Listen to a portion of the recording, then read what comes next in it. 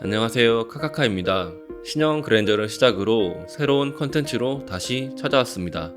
카카카를 간략하게 소개드리자면 자동차 리뷰에 리뷰를 하는 컨텐츠를 제작합니다. 리뷰하는 채널은 차종에 따라 변경된다는 점만 참고 부탁드리겠습니다. 오늘 리뷰의 리뷰는 오토뷰, 김한용의 모카, 모트라인, 노보스 인더스트리, 우파TV, 그리고 한상기 오토프레스입니다. 총 6개의 리뷰를 종합해서 설명드릴 예정이며 오늘 리뷰드릴 차량은 소렌토 하이브리드입니다. 자동차 대란이 끝났음에도 불구하고 현재까지도 정말 긴 출고 대기 시간을 자랑하는 차종입니다. 지금 계약하면 군 생활과 맞먹는 18개월 정도 걸린다고 합니다. 소렌토 하이브리드의 가격은 2023년형 기준 3,602만원이며 가장 높은 그래비티 트림을 선택하시면 4,265만원입니다. 사륜구동 AWD 트림을 선택하신다면 369만원이 추가된다는 점 참고 부탁드리겠습니다.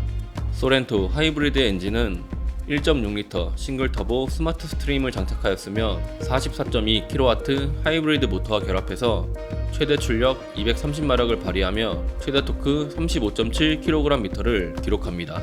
그리고 변속기는 하이브리드 전용 자동 6단 미션을 장착하였고 연비는 14.3km/L를 기록합니다.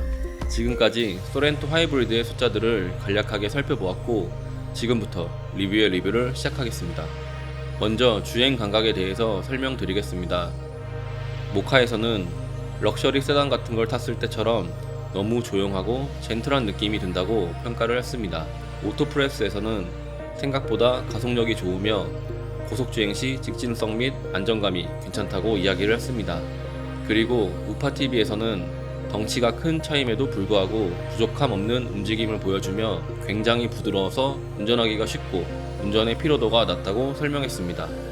하지만 오토뷰에서는 급가속으로 직진할 때 차가 한쪽으로 쏠리는 토크 스티어 현상이 발생하며 사륜 모델에서는 토크 스티어가 상대적으로 적게 발생하는 것 같다고 이야기를 했습니다.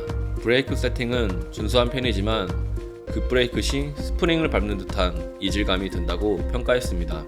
노보스에서는 급브레이크 시 휘청거리고 불안하며 우측으로 휘어져 나가는 토크 스티어가 심하다고 설명을 했습니다. 추가적으로 무게 배분이 안 좋고 속도를 조금만 높이면 바로 어지럽고 멀미가 난다고 평가를 했으며 운전 시 피로도가 높다고 이야기를 했습니다. 소렌토 하이브리드의 엔진 및 하이브리드 시스템에 대해서 말씀드리겠습니다. 리뷰어 6명 모두 소렌토의 하이브리드 시스템 느낌이 매우 부드럽다고 평가했습니다.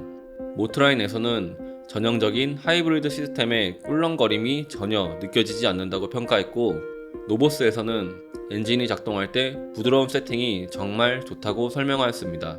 오토뷰에서도 주행 중 엔진이 시동 걸릴 때 진동이 없어서 승차감 만족도가 올라간다고 평가했습니다. 하지만 모트라인에서는 사륜 AWD 시스템 때문에 주행 중 엔진이 돌기 시작할 때 힘이 전달되는 느낌이 딜레이가 심하다고 평가를 했으며 노보스에서는 전륜 모델이지만 마찬가지로 엔진 출력 딜레이가 심하게 발생하며 심지어 터보렉도 느껴진다고 이야기를 했습니다. 그리고 배터리 용량이 작아서 일반적인 주행으로는 모터로만 주행하기에는 불가능하다고 설명했으며 토요타 하이브리드의 직병렬 시스템보다는 병렬 방식의 하이브리드 시스템의 한계가 느껴진다고 평가했습니다. 이제는 변속기에 대해서 말씀드리겠습니다. 오토뷰에서는 6단 변속기는 수치적으로 아쉽기는 하지만 풍부한 토크 덕분에 변속기의 한계가 크게 아쉽지는 않다고 평가했습니다. 하지만 오토프레스에서는 감속 후 재가속 시 변속이 늦으며 킥다운 시 변속기에 딜레이가 있고 꿀렁거림이 느껴진다고 설명을 했습니다. 마찬가지로 노보스에서도 미션이 변속을 잘 하지 못한다고 평가를 하였으며 차가 정지할 때도 변속 충격이 심해서 불쾌하다고 평가를 했습니다. 소렌토 하이브리드의 서스펜션 및 승차감에 대해서 말씀드리겠습니다. 오토프레스에서는 뒷바퀴 및 전반적인 서스펜션 세팅이 좋다고 설명했습니다. 그리고 전체적인 승차감은 소렌토 디젤 모델보다 하이브리드 모델이 더 좋으며 탄탄하고 보편적인 승차감을 보여준다고 설명했습니다. 모트라인에서는 산타페와 주행 느낌이 흡사하며 산타페보다 더 부드러운 서스펜션 세팅이고 좌우 롤이 느껴진다고 평가했습니다. 하지만 우파TV에서는 산타페보다 소렌토 하이브리드의 승차감이 더 딱딱하다고 평가했습니다. 마찬가지로 모카에서는 서스펜션 세팅은 단단한 편이며 소렌토 디젤 모델보다 통통 튀는 느낌이 들어서 좋지는 않다고 이야기를 했습니다.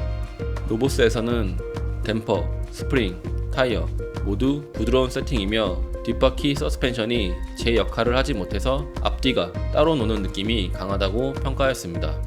소렌토 하이브리드의 정숙성에 대해서 말씀드리겠습니다. 모카에서는 말이 안 되게 정말 조용하다고 평가하였고, 오토프레스에서는 EV 모드가 워낙 조용해서 엔진 소리가 상대적으로 크게 들릴 수는 있지만 전반적인 방음이 괜찮다고 설명했습니다. 하지만 오토뷰에서는 정숙성은 이상적이지는 않다고 평가하였습니다. 그리고 노보스에서는 실내가 정숙하긴 하지만 생각보다 노면 소음이 잘 들리는 편이라고 설명했습니다.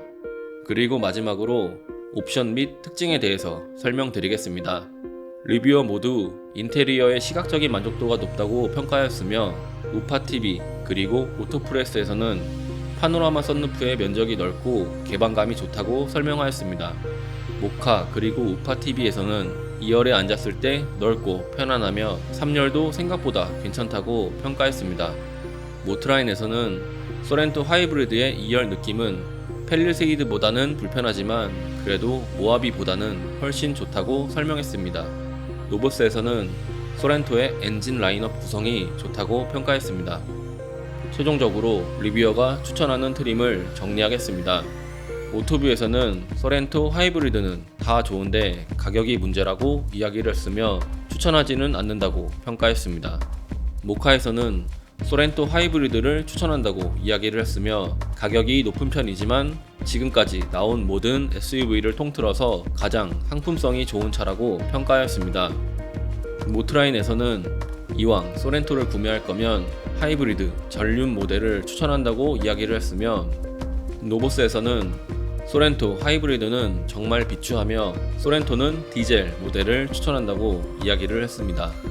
우파TV에서는 전반적으로 굉장히 만족스러우며 공간 구성이 좋아서 카니발 대용으로도 좋을 것 같다고 평가하였습니다. 마지막으로 오토프레스에서는 소렌토 하이브리드가 디젤보다 전반적으로 좋으며 추천한다고 이야기를 했습니다.